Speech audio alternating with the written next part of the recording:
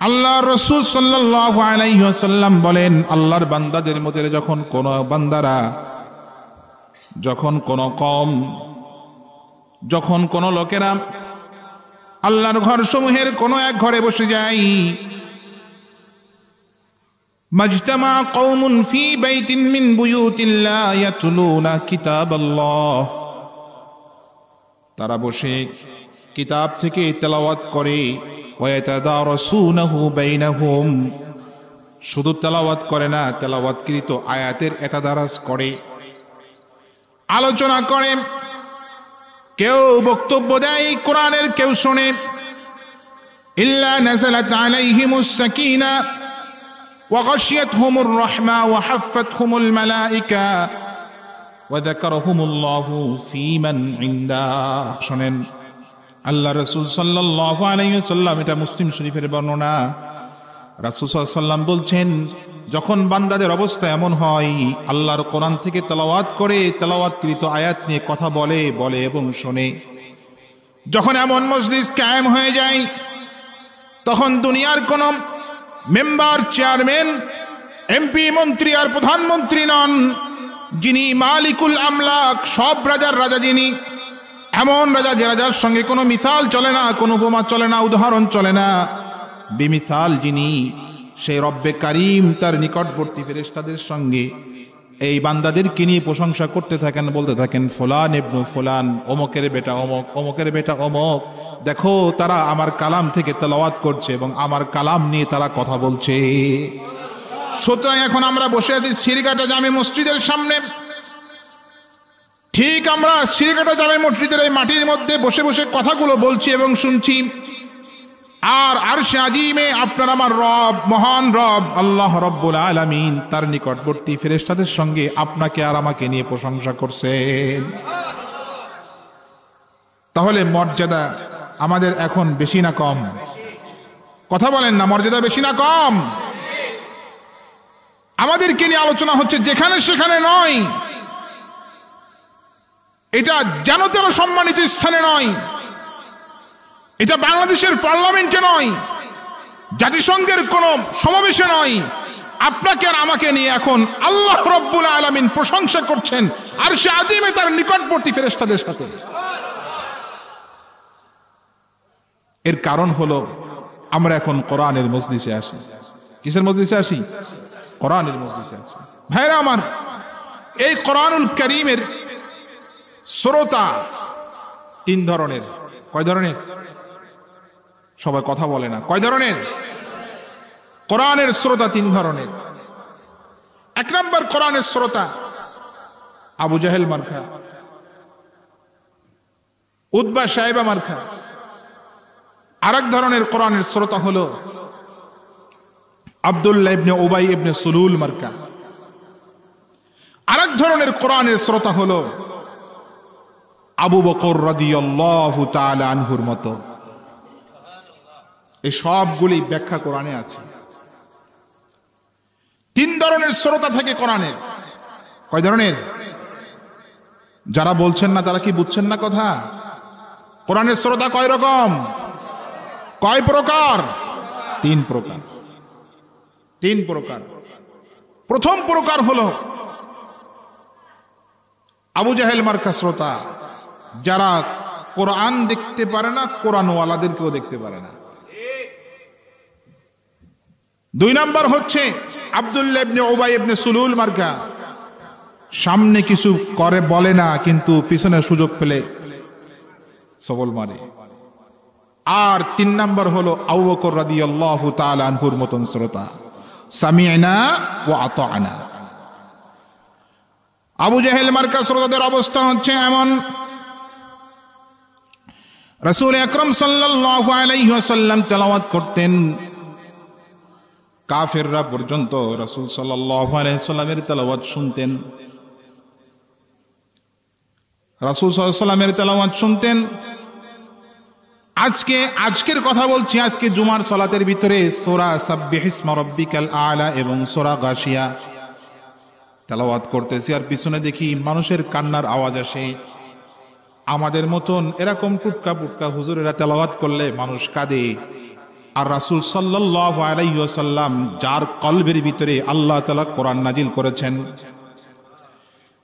যার কলবের ভিতরে আল্লাহ কোরআন নাজিল করেছেন, যার মুখের কথার মতন সুন্দর কথা পৃথিবীর কোনো মানুষ বলতে পারে না, যার আচরণের মতন আচরণ পৃথিবীর কোনো মানুষের হয় না, যার কণ্ঠের সৌন্দর্যের মতন কণ্ঠ পৃথিবীর কোনো মানুষের নাই, সেই মুহাম্মাদুর রাসূলুল্লাহ সাল্লাল্লাহু আলাইহি ওয়াসাল্লাম তেলাওয়াত করেন। রাতে কাফেররা এসে চুরি করে করে রাসূল সাল্লামের ঘরের চারদিক থেকে তারা কান লাগায় আর আল্লাহর রাসূলের তেলাওয়াত তারা শুনে। একদিন, দুই দিন, তিন দিন তেলাওয়াত শুনে বের হয়ে যাওয়ার পরে মুখোমুখি হয়ে যায়। আবু জাহেল দেখল এইভাবে যদি আমার সম্প্রদায়ের লোকেরা, নেতৃস্থানীয় ব্যক্তিবর্গ যদি এই মুহাম্মদ এর কোরআনের তেলাওয়াত যদি ভাবে শুনতে থাকে, তাহলে তো এই কোরআনের আসর এদের উপরে কাজ করবে, আর এরা তো আমাদের স্বীয় ধর্ম ত্যাগ করে মুহাম্মাদের ধর্মে দীক্ষিত হয়ে যাবে সাল্লাল্লাহু। আবু জাহেল এবার সিদ্ধান্ত নিল। কি সিদ্ধান্ত নিল? وقال الذين كفروا لا تسمعوا لهذا القرآن وقال الذين كفروا لا تسمعوا لهذا القرآن والغوا فيه لعلكم تغلبون।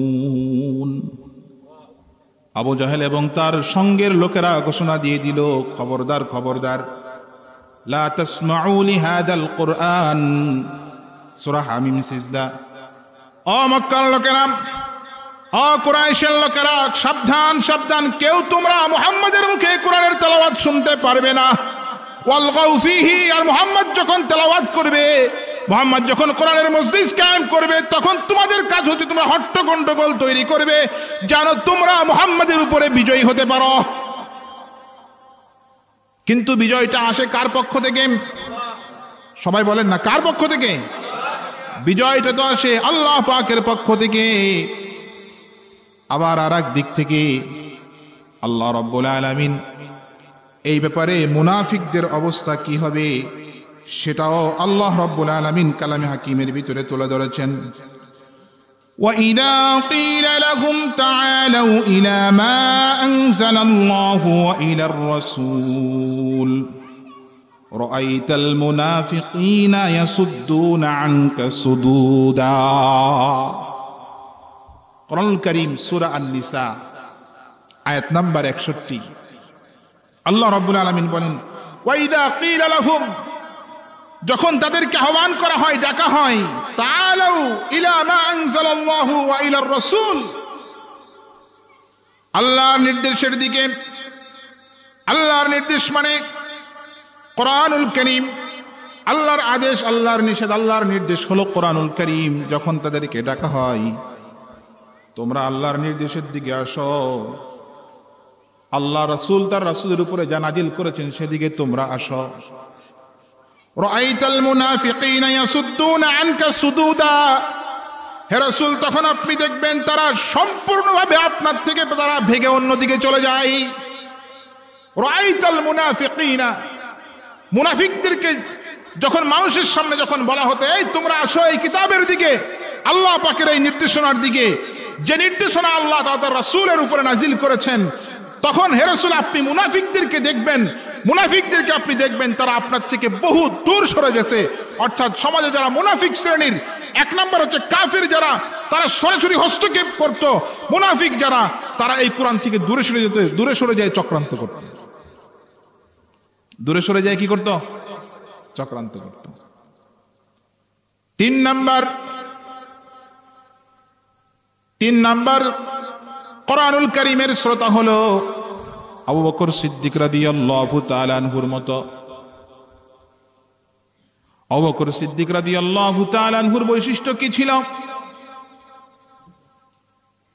আল্লাহ রাসূল সাল্লাল্লাহু আলাইহি ওয়াসাল্লাম মেরাজ করে আসছেন। মেরাজ রাতের অল্প সময়ের ভিতরে মেরাজ সংগঠিত হয়েছে।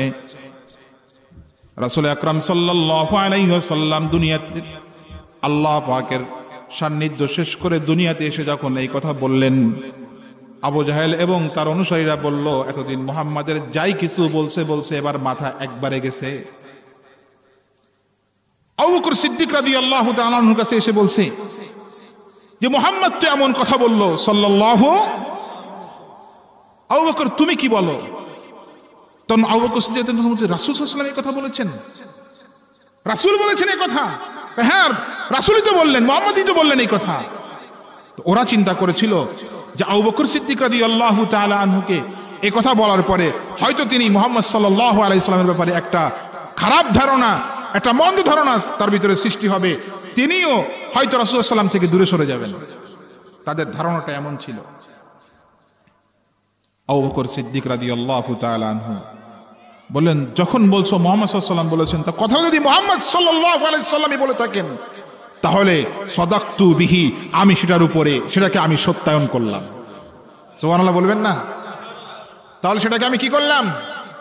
মুহাম্মদ সাল্লাল্লাহু আলাইহি ওয়াসাল্লাম বলে থাকলে এই কথাকে আমি সত্যায়ন করলাম।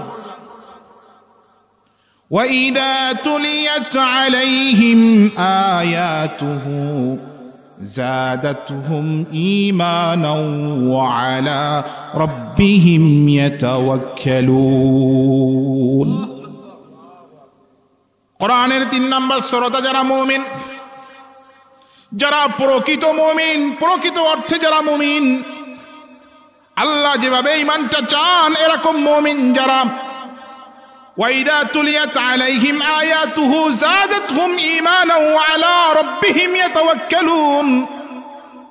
তাদের দৃষ্টান্ত হচ্ছে, তাদের অবস্থা হলো এরকম, যখন তাদের সামনে আল্লাহ পাকের আয়াতগুলি তেলাওয়াত করে শোনানো হয় তখন তাদের ঈমান বেড়ে যায়।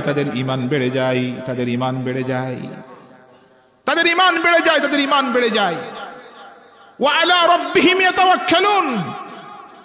আর তখন তারা কেবলমাত্র শুধুমাত্র আল্লাহ রাব্বুল আলামিনের উপরেই তারা তাওয়াক্কুল করে, আর দুনিয়ার কোনো কিছুকে তারা তোয়াক্কা করে না, কোনো কিছুর তারা ভয় করে না। এইজন্য যুগে যুগে আপনি দেখবেন কোরআন আলাদের অবস্থা এমন, যারা কোরআন শিখে, কোরআন নিয়ে বাঁচে, আল্লাহর কথাগুলিকে বলতে যায়, যখন তারা আঘাতপ্রাপ্ত হয়, আঘাতপ্রাপ্ত হয়, কোন রকম কোন আঘাত তাদেরকে আল্লাহর কোরআন থেকে চুল পরিমাণও সরাতে পারে না। কথা ঠিক কিনা বলেন? এটা হচ্ছে কোরআনের পাওয়ার। একজন মুমিন যখন সে কোরআন ওয়ালা হয়ে যায়, তখন তামাম দুনিয়ার কোন আশা আর কোন ভয় এই মুমিনকে কোরআনুল কারীম থেকে এক চুল পরিমাণ সরাতে পারে না, সরাতে পারে না। কারণ মুমিন এটা জানে, জীবন তো একটাই। জীবন কয়টাই? জীবন তো একটাই। এটা বিছনায়, নিজের ঘরের বিছনায় শুয়ে থাকা অবস্থায় মালাকুল মউত আসতে পারে, আবার ময়দানে, কোরআনের জন্য ময়দানে গেলেও মালাকুল মউত আসতে পারে। অতএব জীবন তো একটাই। তাই তাদের কোনো লোভ, কোনো আশা আর কোনো ভয় আল্লাহর কিতাব থেকে বিন্দু পরিমাণও দূরে সরাতে পারে না। ভাইরা আমার, তো এই কোরআনুল কারীম, ইবলিস শয়তান কি চায় যে আমরা এই কোরআন শুনি? সবাই বলেন না, ইবলিস কি চায় এটা কোরআন শুনি? ইবলিস চায় না যে আমরা কোরআন শুনি। আর ইবলিস সবচেয়ে বেশি রাগান্বিত হয়, সবচেয়ে বেশি কষ্ট পায় মানুষ যখন কোরআন পড়ে, কোরআন শুনে। মানুষ যখন কোরআন পড়ে, কোরআন শোনে, ইবলিস তখন সবচেয়ে বেশি কষ্ট পায়। আপনারা একটু জবানটা খুলবেন। আল্লাহ রাব্বুল আলামিন এই কিতাবের ভিতরে নামাজ ফরজ এটা বলছেন না বলেন নাই? যাকাত ফরজ বলছেন কি বলেন নাই? সবাই বলতে হবে। হজ ফরজ বলছেন কি বলেন নাই? রমজানুল কারীমের রোজা রাখা ফরজ এটা আল্লাহ তাআলা বলছেন কি বলেন নাই? আল্লাহ তাআলা এগুলি বলেছেন। কিন্তু এই আমলগুলি করার ক্ষেত্রে আল্লাহ রাব্বুল আলামিন কোথাও এমন ভাবে বলেন নাই, হে রাসূল যখন আপনি নামাজ পড়বেন, যখন আপনি রোজা রাখবেন, যখন আপনি হজ করবেন, যখন আপনি যাকাত দিবেন, তখন আপনি আপনার রবের কাছে বিতাড়িত ইবলিস থেকে আমার কাছে, আমি রবের কাছে আপনি আশ্রয় চান, এমন কথা আল্লাহ কোথাও কিন্তু হৃদয়ের কানটা লাগান। فإذا قرأت القرآن فاستعذ بالله من الشيطان الرجيم فإذا قرأت القرآن রাসূল আমার আপনি যখন কোরআন তেলাওয়াত করবেন, আপনি যখন কোরআন তেলাওয়াত করবেন, কোরআন যখন পড়বেন, তখন আপনার জন্য এটা আমি অব্লিগেশন দিয়ে দিলাম, এটা আমি জরুরি করে দিলাম। ফাইদা ক্বরাতাল কুরআন ফাস্তাইয বিল্লাহি মিনাশ শাইতানির রাজীম। বিতাড়িত ইবলিস থেকে আপনি আপনার রবের কাছে আশ্রয় প্রার্থনা করেন। হৃদয়ের কানটা দিয়ে কথাগুলি শোনেন। আল্লাহ রাব্বুল আলামিন কোরআনুল কারীমের ভিতরে নামাজ ফরজ করলেন, রোজা ফরজ করলেন, হজ ফরজ করলেন, যাকাত ফরজ করলেন। এতগুলি ফরজ ইবাদত করার ক্ষেত্রে আল্লাহ তাআলা এভাবে বলেননি, রাসূল আপনি এগুলি করার আগে আমি আল্লাহর কাছে আপনি আশ্রয় প্রার্থনা করেন। কিন্তু যখন আপনি কোরআন পড়বেন, এটা সূরাতুন নাহলের ৯৮ নম্বর আয়াত, রাসূল যখন আপনি কোরআন পড়বেন তখন আপনি বিতাড়িত ইবলিস থেকে আমার কাছে আশ্রয় প্রার্থনা করেন। এখান থেকে এই কথাটা স্পষ্ট, ইবলিস সবচেয়ে বেশি কষ্ট পায় আল্লাহর বান্দারা যখন কোরআন পড়ে এবং যখন কোরআন শোনে। এই যে কোরআন থেকে একের পর এক আয়াত তেলাওয়াত হচ্ছে আর অনুবাদ হচ্ছে, ইবলিস কিন্তু সহ্য করতে পারতেছে না। ইবলিস এখন খোঁচাখুচি শুরু করছে, যে কোনো ভাবে হোক আপনাকে ভাগানোর জন্য চেষ্টা করবে। এখন দায়িত্ব আপনার, আজকের এই কোরআনের ময়দানে ইবলিস বিজয়ী হবে নাকি আপনি বিজয়ী হবেন? দায়িত্ব আপনার। ইবলিসকে আপনি বিজয়ী করবেন নাকি আপনি বিজয়ী হবেন? দায়িত্বটা কার? দায়িত্বটা আমাদের নিজেদের। ইবলিস কোনোভাবে চায় না যে মানুষ কোরআন পড়ুক, কারণ এই পৃথিবীতে, ভালো করে শোনেন, এই পৃথিবীতে দুইটা নীতি চলে। কয়টা নীতি? আর সবাই বলেন না, কয়টা নীতি? দুইটা নীতি চলে। একটা হলো আল্লাহ রাব্বুল আলামিনের নাজিলকৃত নীতি, আর একটা হলো ইবলিস শয়তানের দেওয়া নীতি। এইটা হলো আল্লাহ রাব্বুল আলামিনের নাজিলকৃত নীতি। ইবলিস শয়তান খুব ভালো করে বুঝে, বান্দারা যখন এটার কাছে চলে আসে, বান্দারা যখন এটা নিয়ে গবেষণা আলোচনা শুরু করে দেয়, এটা যখন মানা শুরু করে দিবে, তখন বান্দা তো আর কোনো অবস্থায় আমার নীতির উপরে চলবে না। কথা ঠিক কিনা আওয়াজ করে বলেন। এজন্য ইবলিস সবচেয়ে বেশি এখন আপনার পিছনে সময় দিবে, যে কোনো ভাবে কোরআনের ময়দান থেকে আপনাকে আউট করতে হবে। আল্লাহ আমাদেরকে হেফাজত করেন, সকলে বলে আমিন। সবাই বলে আমিন। কষ্ট হচ্ছে না তো? আচ্ছা, এবার আসেন আমরা মূল আলোচনায় যাই। একটা দর্শ কিন্তু আপনাদেরকে দেওয়া হলো, সেটা হলো কোরআনের শ্রোতা কয় প্রকার। শোনেন, গতানুগতিক ওয়াজ শুনবেন ডান কানে, বের করবেন বাম কানে, এটার কোনো লাভ নাই। যতটুকুন শুনবেন ততটুকুন সুন্দর করে মনোযোগ দিয়ে শোনেন এবং সেটা বাড়ি নিয়ে যাওয়ার চেষ্টা করেন। কোরআনের শ্রোতা কয় প্রকার? 3 প্রকার। 1 নাম্বার শ্রোতা হলো কাফির, 2 নাম্বার শ্রোতা হলো মুনাফিক, 3 নাম্বার শ্রোতা হলো মুমিন। এবার আপনি বলেন, আমরা কোন নাম্বার শ্রোতা হতে চাই? আমরা মুমিন শ্রোতা হতে চাই। কোন শ্রোতা? মুমিন শ্রোতা হতে চাই। ইন্না ফিল জাসাদি মুদগা আলা ইন্না ফিল জাসাদু কুল্লু আলা ওয়াহিয়াল কলব।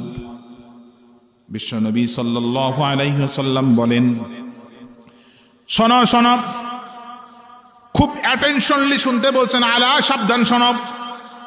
ইন্না ফিল জাসাদি মুদগা, তোমাদের শরীরের ভিতরে একটা মুদগা আছে, একটা গোশতের টুকরা আছে।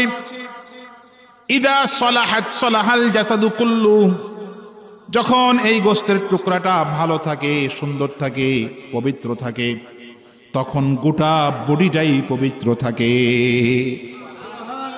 ওয়াইদা ফাসাদাত ফাসাদাল জাসাদু কুল্লু, যখন এই টুকরাটা নষ্ট হয়ে যায়, টুকরাটা ময়লা যুক্ত হয়ে যায়, টুকরাটা কালিমা যুক্ত হয়ে যায়, এই টুকরাটা যখন গুনায় জর্জরিত হয়ে যায়, তখন গোটা বডিটাই নষ্ট হয়ে যায়। আলা ওয়াহিয়াল কলব, মনোযোগ দাও, দৃষ্টি আকর্ষণ করো, আলা সাবধান। আর এই গোস্তের টুকরাটা হলো কলব। গোস্তের টুকরাটা কি? কলব। কলব, কলব। এটা ঠিক আছে তো আপনার গোটা বডি ঠিক আছে, এটা নষ্ট হয়ে গেছে তো আপনি গোটা বডি নষ্ট হয়ে গেছে। এবার আপনারা এই এতটুকুন বক্তব্য যদি আপনারা বুঝে থাকেন, তাহলে আপনারা প্রত্যেকে জবান খুলে বলতে হবে এই বিষয়টা কি কম গুরুত্বপূর্ণ নাকি অত্যন্ত গুরুত্বপূর্ণ? অত্যন্ত গুরুত্বপূর্ণ, অত্যন্ত গুরুত্বপূর্ণ। এবং মজার বিষয় হলো এই বিষয়ের উপরে আল্লাহ এবং আল্লাহ রাসূল সাল্লাল্লাহু আলাইহি ওয়াসাল্লাম এত কথা বলেছেন, এত বক্তব্য দিয়েছেন। আমি যদি ঘড়ি ধরে মিনিমাম 3 ঘন্টা বয়ান করে শুধু কোরআনের আয়াত আর রাসূলের হাদিস থেকে, তারপরও এই বিষয়ের আলোচনা শেষ করা যাবে না। এত এত আলোচনা আল্লাহ তাআলা কোরআনুল কারীমে এবং তার রাসূল সাল্লাল্লাহু আলাইহি ওয়াসাল্লাম হাদিসে এই তাসকিয়াতুন নুফুস, কলবের পরিশুদ্ধতার ব্যাপারে আল্লাহ রাসূল বলেছেন। এতটুকুন এই পর্যন্ত আমি যে কয়েক মিনিট আলোচনা করলাম, এখান থেকে কিন্তু আপনাদের একটা মেসেজ চলে আসছে। সেটা হলো এই আলোচনা এখানে যাই হবে তা হয়তো ক্বাল আল্লাহু তাআলা অথবা ক্বাল নবী সাল্লাল্লাহু আলাইহি ওয়াসাল্লাম, নাকি আল্লাহ বলেছেন, আল্লাহ রাসূল বলেছেন। ছাত্র জীবন থেকে আমি বক্তব্য দিয়ে অভ্যস্ত, কম আর বেশি, কিন্তু আমার মাথার ভিতরে কখনো এটা কাজ করে না যে আমি একটু কিস্সা বলি, একটু গল্প বলি, একটু চুটকি বলি। এগুলো বললে আপনারা খুব খুশি হন, কিন্তু আমি অন্তত আমার এলেম আমাকে এটা বলে যে এটা বলে মানুষের সময় নষ্ট করার অধিকার মৌলবী তোমাকে দেওয়া হয়নি, তোমাকে অধিকার দেওয়া হয় নাই মানুষের সময় নষ্ট করার। আল্লাহ রাব্বুল আলামিন তো কিস্সা বলেছেন কোরআনে। আল্লাহ রাব্বুল আলামিন কোরআনুল কারীমে শুধু কিস্সা বলেন নাই, কিস্সা বলতে গিয়ে আল্লাহ তাআলা নিজে বলেছেন আহসানাল কসাস, উত্তম কিচ্ছা। হায়াফসোর কোরআনুল কারীমে এত সুন্দর সুন্দর কিস্সা থাকার পরও এদেশের মৌলবীরা কোরআনের কিস্সা হাদিসের কিস্সা খুঁজে পায় না, নিজেরা কিস্সা তৈরি করে আর বলে অমুক পিসাব অমুক জায়গায় কি অমুক জঙ্গলের ভিতরে এত বছর সেখানে কোন রকম কোনো খাবার দাবারের আয়োজন ছাড়াই নাকি বহু বছর যুগকে যুগ কাটায় দেয়। মনোপুত ধর্ম তালাই দিচ্ছে মানুষ। আর সামনে বসে আপনারা সুবহানাল্লাহ আলহামদুলিল্লাহ বলে মাশাআল্লাহ, যাওয়ার সময় হুজুরের পকেটে দাও 50,000 মেরে দাও। যে যত বেশি সুন্দর করে কিস্সা বলতে পারে তার বাজেট বেশি। আরে কথা বলেন ঠিক কিনা? না না না, কথা আপনাকে বলতে হবে। কথা যখন আপনাকে বলতে হবে তখন কথা বলতে হবে কোরআন থেকে। কি থেকে? কোরআন থেকে। যখন আপনি নাম দিয়েছেন ওয়াজ মাহফিল, আল্লাহ রাব্বুল আলামিন কোরআনুল কারীমের ভিতরে আয়াত নাযিল করে দিয়েছেন যে এই কোরআনটা হলো ওয়াজ। কোরআনটা কি? ওয়াজ। বিশ্বাস হয়? ইয়া আইয়ুহান নাস قد جاءتكم موعظة من ربكم وشفاء لما في الصدور। ও পৃথিবীর মানুষ, ও জগতের মানুষেরা শোনো, قد جاءتكم موعظة من ربكم, তোমাদের রবের পক্ষ থেকে তোমাদের কাছে ওয়াজ আসছে। ওয়াজ ওয়াজ ওয়াজ। সুতরাং আপনি ওয়াজ মাহফিল বলেন, আপনাকে কোরআন থেকে কথা বলতে হবে। তাফসীর মাহফিল বললে তো কথাই আর নাই, সেকেন্ড কথা বলার কোনো সুযোগ নাই। যে তাফসীর মাহফিল মানে কি? কোরআনের তাফসীর। অতএব কোরআনের আয়াত পড়তে হবে, কোরআনের আয়াতের ব্যাখ্যা করতে হবে। কথা ঠিক কিনা বলেন? আপনি যদি বলেন না আমি ওয়াজ মাহফিলও নাম দিলাম না, আমি তাফসীর মাহফিলও নাম দিলাম না, আমি এটার নামকরণ করলাম এটা বায়ানের মজলিস। কিসের মজলিস? আল্লাহ সেটাও কোরআনে বলেছেন হুয়া বায়ানুল লিন্নাস। বলেন না সুবহানাল্লাহ। হুয়া বায়ানুল লিন্নাস, এই কিতাবটা হলো বায়ানের কিতাব, বয়ানের কিতাব, বয়ানের কিতাব। অতএব হুজুর আপনি ওয়াজ করেন আর বয়ান করেন আর তাফসীর করেন, যদি আপনার বয়ান আর ওয়াজ আর তাফসীরের ভিতরে কোরআন না থাকে, তাহলে পৃথিবীর মানুষ যে মানুক আর না মানুক আমার মতন মৌলবী মানতে রাজি নাই। কথা বলতে হলে কোরআন দিয়ে বলতে হবে। কোরআন হলো বুরহান, কোরআন হলো দলিল, কোরআন হলো দলিল, কোরআন হলো দলিল। সুতরাং কথা বলতে হবে তো কোরআন থেকেই বলতে হবে, বলেন ঠিক কিনা?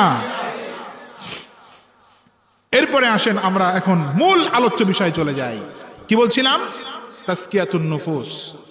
এটার উপরে আমরা একবারে ক্লাসের মতন করে আগে এটাকে কয়েকটা পার্টে আমরা সাজাই নেই, কয়েকটা পার্ট।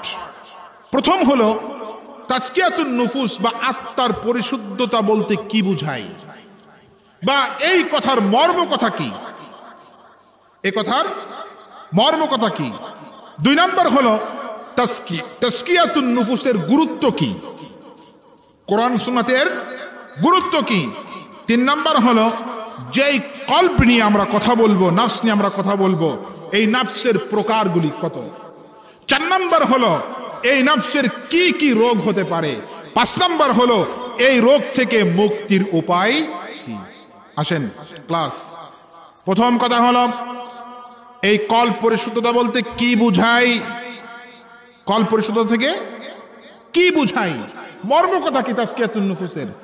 2 নম্বর কি বলেছি, এটার গুরুত্ব কি। 3 নম্বর প্রকার কতটি। 4 নম্বর এই কল্পের রোগগুলি কি। 5 নম্বর রোগের প্রতিকার কি। আপনারা ধৈর্য হারা হবেন না, এর প্রত্যেকটা এক একটা পয়েন্টের উপরে কয়েক ঘন্টা কোরআন হাদিস থেকে বক্তব্য দেওয়া যায়, কিন্তু আমি এই বিষয়টাকে এত লম্বা করব না। 5টা বিষয়কে খুব শর্ট করে অল্প সময়ের ভিতরে, 5টা পয়েন্টকে অল্প সময়ের ভিতরে আমি আপনাদের সামনে পেশ করার চেষ্টা করব। আমা তৌফিক ইল্লা বিল্লাহ। 1 নাম্বার হলো তাসকিয়াতুন নুফুস বা নফসের পরিশুদ্ধতা বলতে আমরা কি বুঝি, এর মর্ম কথা কি, এর দাবি কি। 1 নাম্বারের দাবি হলো এই নফসকে, এই কল্পকে সকল প্রকার গায়রুল্লাহ থেকে, সকল প্রকার, এখন কিন্তু মূল আলোচনা শুরু হলো, মনোযোগ 100% মনোযোগ এদিকে রাখতে হবে। এবং এখানে এত গুরুত্বপূর্ণ কথা আছে, যদি একটা কথা আপনার ছুটে যায় আপনি অনেক বড় লস করবেন। প্লিজ শতভাগ এদিকে মনোকর্ষণ করছি। 1 নাম্বার মর্ম কথা হলো সমস্ত রকমের গায়রুল্লাহ থেকে মুক্ত হয়ে কেবলমাত্র আল্লাহমুখী হতে হবে। এটা হলো তাসকিয়াতুন নুফুস বা কল্প পরিশুদ্ধতার 1 নাম্বার দাবি। 1 নাম্বার দাবি সমস্ত রকমের গায়রুল্লাহ থেকে, অর্থাৎ আল্লাহ ছাড়া অন্য যা কিছু আছে এর সব কিছুকে বাদ দিয়ে, সব বাদ দিয়ে আল্লাহমুখী হতে হবে। এই শিক্ষাটা আল্লাহ রাব্বুল আলামিন কালেমার মধ্যে আমাদেরকে দিয়েছেন। কালেমার মধ্যে আল্লাহ তাআলা এই শিক্ষাটা দিয়েছেন, কিন্তু এই শিক্ষা কালেমার মধ্যে আছে, এটা উদ্ঘাটন করার চেষ্টা করছি কয়জন? কথা ঠিক কিনা বলেন? আল্লাহ তাআলা কালেমা শিখাইছেন কিভাবে? ফা'লাম আন্নাহু লা ইলাহা ইল্লাল্লাহ, ফা'লাম আন্নাহু লা ইলাহা ইল্লাল্লাহ। আল্লাহ তাআলা বলছেন তোমরা জানো লা ইলাহা ইল্লাল্লাহ, লা ইলাহ, নেই কোন ইলাহ, নেই কোন ইলাহ। আসলে কি কোন ইলাহ নাই? আসলে কোন ইলাহ নাই? সব ধর্মের মানুষের ইলাহ আছে। তাহলে এই কথার ব্যাখ্যা কি? লা ইলাহা ইল্লাল্লাহ আই লা মা'বুদান হাক্কান ইল্লাল্লাহ, লা মা'বুদা হাক্কান ইল্লাল্লাহ, অর্থাৎ হক মা'বুদ আল্লাহ ছাড়া অন্য কেউ নাই। আল্লাহ তাআলা আগে নাবাচক শব্দ দিয়ে শুরু করলেন কেন? নিজের আল্লাহ তাআলা নিজের ব্যাপারে পরিচয় দেওয়ার ক্ষেত্রে নাবাচক শব্দ দিয়ে শুরু করলেন কেন? এটা খুব ভালো করে বুঝতে হবে। একজন কৃষক, সে জমি চাষ করবে, জমিন চাষ করবেন, বা সে বাগান চাষ করবেন। বাগান চাষ করার ক্ষেত্রে কৃষকের প্রথম দায়িত্ব হলো কৃষক বাগানে ঢুকবেন, বাগানে যত প্রকার আগাছা আছে, যে গাছগুলি তার উদ্দেশ্য না, যে গাছগুলি রাখা তার উদ্দেশ্য না, এই ধরনের যে গাছগুলি আছে এই গাছগুলি আগে তিনি কর্তন করে বাগানটাকে আগে পরিষ্কার পরিচ্ছন্ন করবেন। ঠিক কিনা বলেন? আগে বাগানটাকে পরিষ্কার পরিচ্ছন্ন করবেন, করার পরে এবার তার ইচ্ছা সে আম গাছ রোপণ করবেন, জাম গাছ রোপণ করবেন, কাঁঠাল গাছ রোপণ করবেন, বা তার মনোভূত গাছ তিনি রোপণ করবেন। এগুলি রোপণ করতে গিয়ে তার প্রথম দায়িত্ব হলো সেকে বাগানকে পরিষ্কার করবেন। আল্লাহ রাব্বুল আলামিন কালিমার ভিতরে এই শিক্ষাটা আমাদেরকে দিয়েছেন, লা ইলাহা ইল্লাল্লাহ, লা ইলাহ, নাই কোনো ইলাহ। তোমার ভিতরে এতদিন পর্যন্ত যত ইলাহ ছিল, যত রকমের ইলাহ ছিল, সবগুলোকে মাইনাস করে দাও, অর্থাৎ বাগানটাকে পরিষ্কার করো। পরিষ্কার করার পরে সেখানে তুমি রাখো ইল্লাল্লাহ, কেবলমাত্র আল্লাহকে রাখো, কেবলমাত্র আল্লাহকে রাখো। তোমার মনোপুত গাছটাকে সেখানে রাখো। বিষয়টা ক্লিয়ার কিনা ভাইরা আমার?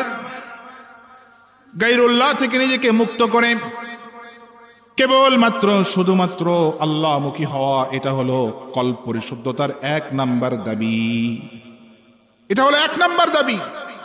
আর এই কিভাবে এটাকে আমরা পরিশুদ্ধ করব, তার একটা উৎকৃষ্ট উদাহরণ, নমুনা আপনার আমার জাতির পিতা এটা পেশ করেছেন।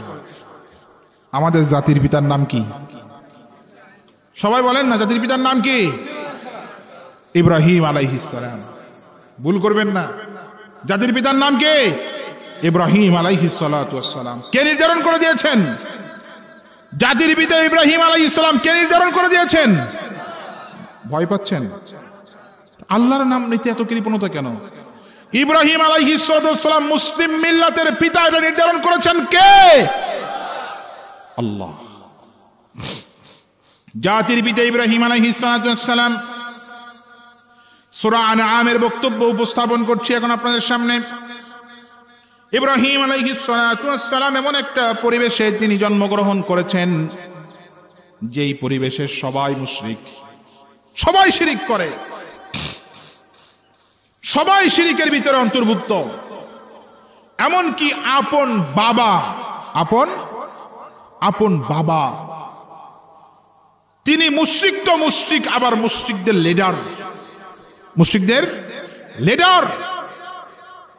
ইব্রাহিম আলাইহিস সালাম বাবাকে উদ্দেশ্য করে বললেন, ওয়াইদ ক্বালা ইব্রাহিমু লিআবিহি, স্মরণ করো সেই সময়ের কথা যখন ইব্রাহিম তার বাবাকে বলেছিল, আতাত্তাখিযু আসনামান আলিহা ইন্নী আরাকা ওয়া কওমাকা ফি দালালিম মুবিন।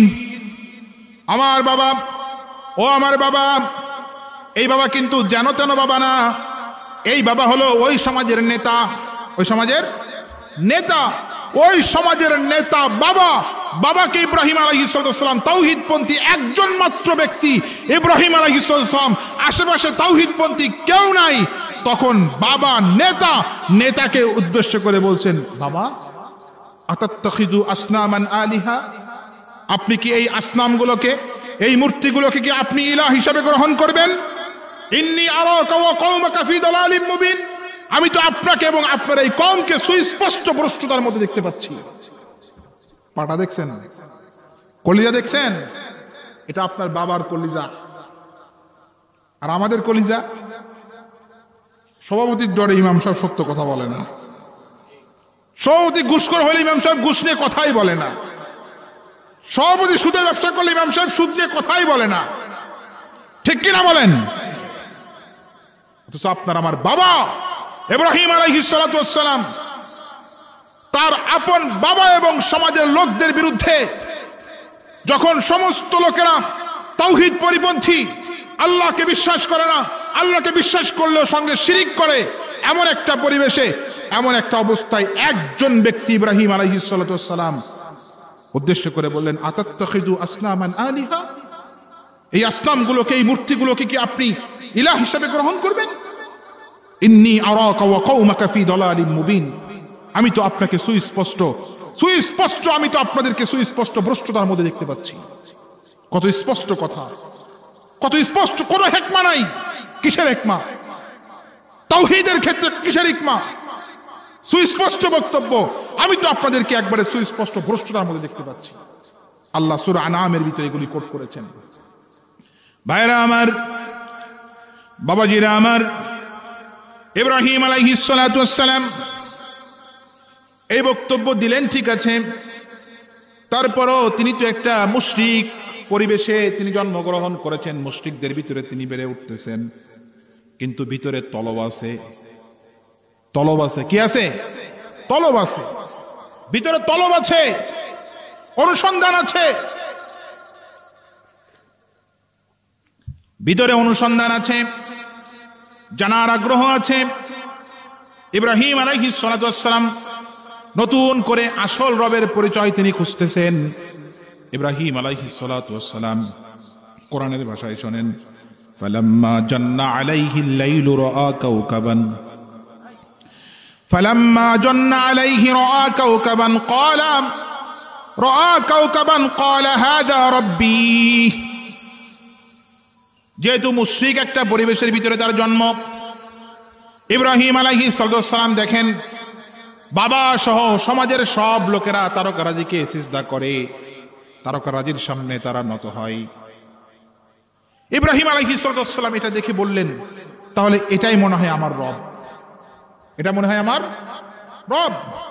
ফালাম্মা জান্না আলাইহিল লাইলু রাআ কাওকাবান, যখন তার উপরে রাত আসলো তিনি আকাশের দিকে তাকায় তারকারাজি দেখলেন, দেখার পরে বললেন এটা আমার রব। ফালাম্মা আফালা ক্বালা লা উহিব্বুল আফিলিন, যখন দেখলেন যে এই তারকারাজিগুলো বিলীন হয়ে যায়, সঙ্গে সঙ্গে তিনি বলে ফেললেন যেটা বিলীন হয়ে যায় এমন বিলীন হওয়া কোনো কিছু আমার রব হতে পারে না, সুতরাং এগুলিকে আমি পছন্দ করি না। আল্লাহু আকবার। ফালাম্মা রাআল কমারা বাযিগান ক্বালা হাযা রাব্বি। ইব্রাহিম আলাইহিস সালাতু ওয়াস সালাম আবার দেখলেন চাঁদটা তো আরেকটু বড় সড়ো দেখা যায়, আরো চাকচিক্যপূর্ণ দেখা যায়।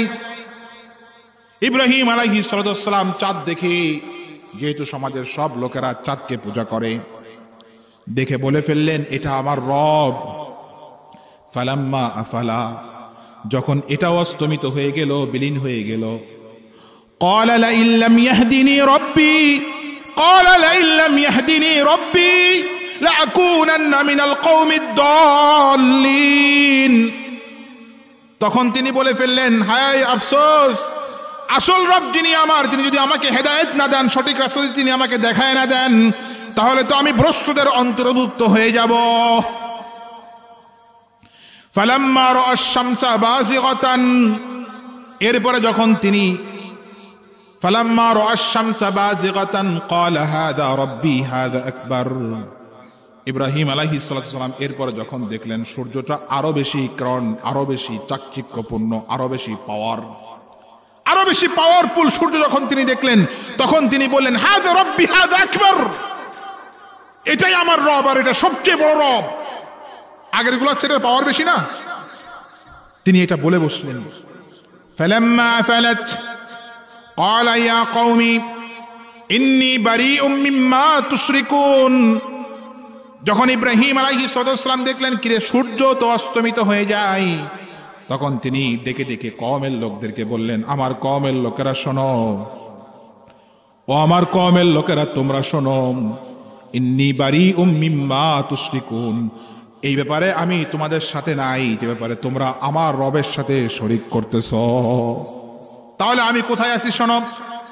ইন্নী ওয়াজ্জাহতু ওয়াজহিয়া লিল্লাযী ফাতারা, পড়েন, ইন্নী ওয়াজ্জাহতু ওয়াজহিয়া লিল্লাযী ফাতারাস সামাওয়াতি ওয়াল আরদা হানিফা ওয়া মা আনা মিনাল মুশরিকিন। এটা আমরা কোথায় পড়ি? জায়নামাজে পড়ি, জায়নামাজে পড়ি। এটা জায়নামাজের দোয়া? হ্যাঁ, এটা জায়নামাজের দোয়া। সুবহানাল্লাহ, আমাদের একটু পড়াশোনা করা দরকার। এটাকে আমরা বাংলাদেশিরা জায়নামাজের দোয়া বানাইছি। আপনি যদি বিশ্বনবী সাল্লাল্লাহু আলাইহি ওয়াসাল্লামের আমলটা দেখেন, রাসূল সাল্লাল্লাহু আলাইহি ওয়াসাল্লাম এই আয়াতটা পড়তেন, জায়নামাজে দাঁড়ায় পড়তেন না। রাসূল সাল্লাল্লাহু আলাইহি ওয়াসাল্লাম এই আয়াতটা পড়তেন যখন রাসূল সাল্লাম তাকবীরে তাহরিমার পরে সানা পড়তেন, সানা পড়ার পরে এই আয়াতটা পড়তেন। এরপরে বিশ্বনবী সাল্লাল্লাহু আলাইহি ওয়াসাল্লাম পড়তেন, ইন্না সলাতি ওয়া নুসুকি ওয়া মাহইয়ায়া ওয়া মামাতি লিল্লাহি রাব্বিল আলামিন। এই আয়াতটা পড়তেন, আবার এই আয়াতটা পড়তে না, অথচ এটাকে আমরা জায়নামাজের দোয়া বানাই নিস না। জায়নামাজে দাঁড়াতে হবে বিসমিল্লাহ বলে। কি বলে? বিসমিল্লাহ। জায়নামাজ বিছাচ্ছেন বিসমিল্লাহ, এবার সালাত নামাজ শুরু করে দিলেন, আল্লাহু আকবার, সানা পড়লেন, আয়াত এটা পড়বেন, ইন্না সালাতি ওয়া নুসুকি, এই আয়াতটা পড়বেন। নবী সাল্লাল্লাহু আলাইহি ওয়াসাল্লামের আমলটা এমন ছিল। ভাইরা আমার, ইব্রাহিম আলাইহিস সালাম দুনিয়ার এই সমস্ত মাবুদগুলা থেকে, যেগুলোকে তাদের সমাজের লোকেরা, তার সমাজের লোকেরা মাবুদ হিসেবে মানত, এই মানা মাবুদগুলা থেকে নিজেকে ঘোরায় এবার তিনি বললেন, ইন্নী ওয়াজ্জাহাতু ওয়াজহিয়া লিল্লাযী ফাতারাস সামাওয়াতি ওয়াল আরদা হানিফা ওয়া মা আনা মিনাল মুশরিকিন। এবার আমাকে এই সব গয়রুল্লাহ থেকে মুখ ঘোরায়া সেই আল্লাহর দিকে আমি আমার চেহারাকে ঘোরালাম, যিনি শুধুমাত্র এই আসমান আর জমিন নয়, এবং কি আসমান জমিনের মধ্যে যা কিছু আছে এই সব কিছুর একনিষ্ঠ মালিক যিনি, আমি তার দিকে আমার চেহারাকে ঘোরায় দিলাম। ওমা আনা মিনাল মুশরিকিন, আর আমি কোন অবস্থায় মুশরিকদের অন্তর্ভুক্ত না, আমি মুশরিকদের অন্তর্ভুক্ত না। তাহলে কল্প পরিশুদ্ধতার এক নাম্বার দাবি হলো সমস্ত রকমের গায়রুল্লাহ থেকে নিজেকে ফিরায়ে কেবলমাত্র শুধুমাত্র কোনমুখী হওয়া, আল্লাহমুখী হওয়া, কেবলমাত্র আল্লাহমুখী হওয়া। আরো অনেকগুলো দাবি আছে, এতগুলি বলার সুযোগ নাই। আর একটা দাবি বলবো, তাজকিয়াতুন নুফুসের আর একটা দাবি হলো, কল্প পরিশুদ্ধতার আর একটা দাবি হলো কেবলমাত্র শুধুমাত্র এক আল্লাহর এক রজ্জুকে ধারণ করা, এক রজ্জুকে ধারণ করা, এক রজ্জুকে ধারণ করা। কোরআনুল কারীমে আল্লাহ তাআলা যে দিক নির্দেশনা আমাদেরকে দিয়েছেন, কোরআনুল কারীম 2 নম্বর সূরা, সূরার নাম সূরা আল বাকারা, আয়াত নাম্বার 256। কি বলেছেন আল্লাহ তাআলা এখানে? ফামান ইয়াকফুর বিত-তাগুত ওয়া ইউমিন বিল্লাহ ফাকাদ ইসতামসাকা বিল উরওয়াতিল উসকা লা ইনফিসামা লাহা ওয়াল্লাহু সামিউন আলীম। ফামান ইয়াকফুর বিত-তাগুত, তোমাদের মধ্যে যে বা যারা তাগুতের সাথে কুফরি করে, জীবনের জন্য একটা ফান্ডামেন্টাল পয়েন্ট, একটা মৌলিক পয়েন্ট, আপনি নিজেকে ইমানদার দাবি করার আগে আপনার একটা গুরুত্বপূর্ণ কাজ রয়েছে, দায়িত্ব রয়েছে, সেটা হলো তাগুতের সঙ্গে কুফরি করা। কোন মানুষ কাফির হওয়া ছাড়া মুমিন হতে পারে না।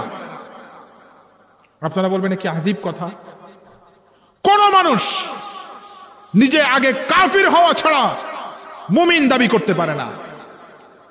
এখন যদি আপনারা প্রশ্ন করেন, ভাই কথাটা বুঝি নাই, ব্যাখ্যা করেন, আল্লাহ নিজে ব্যাখ্যা করে দিয়েছেন, ফামান ইয়াকফুর বিত-তাগুত, তোমাদের মধ্যে যে বা যারা তাগুতের সাথে কুফরি করে, তাগুতের সঙ্গে যারা কুফরি করে, ওয়া ইউমিন বিল্লাহ, এরপরে আল্লাহর প্রতি ঈমান আনে। আগে আল্লাহর প্রতি ঈমান নাকি আগে তাগুতের সঙ্গে কুফরি? কোনটা আগে? কথা বুঝেন নাই? তাগুতের বিরুদ্ধে কুফরি করা, তাগুতের সঙ্গে কুফরি করাটা আগে নাকি ঈমান আগে? না, ভুল করে ফেলছেন। ফামাই, আবার বলছি আয়াতটা শুনেন, ফামাই ইয়াকফুর বিত-তাগুত ওয়া ইউমিন বিল্লাহ, তোমাদের মধ্যে যে বা যারা কাফেরদের সঙ্গে মানে তাগুতের সঙ্গে কুফরি করে, ওয়া ইউমিন বিল্লাহ, অতঃপর আল্লাহর প্রতি ঈমান আনে। তাহলে ঈমান আগে নাকি আগে কুফরি? কার সাথে? কার সাথে? তাগুতের সাথে কুফরি, তাগুতের সাথে কুফরি। ভাইরা আমার, এটা এত গুরুত্বপূর্ণ একটা পয়েন্ট যে এটার আন্ডারে আজকে আমরা দাবি করি 92% মুসলমান, কিন্তু আপনি যেটা নিয়ে ব্যাখ্যা করেন 90% মুসলমান তাগুতের সঙ্গী হয়ে গেছে। 90% মুসলমান তাগুতের সঙ্গী হয়ে গেছে, অথচ ঈমান আনার জন্য শর্ত করা হয়েছে তাগুতের সাথে কুফরি করা। ঈমান আনয়নের জন্য শর্ত করা হয়েছে তাগুতের সঙ্গে কুফরি করা।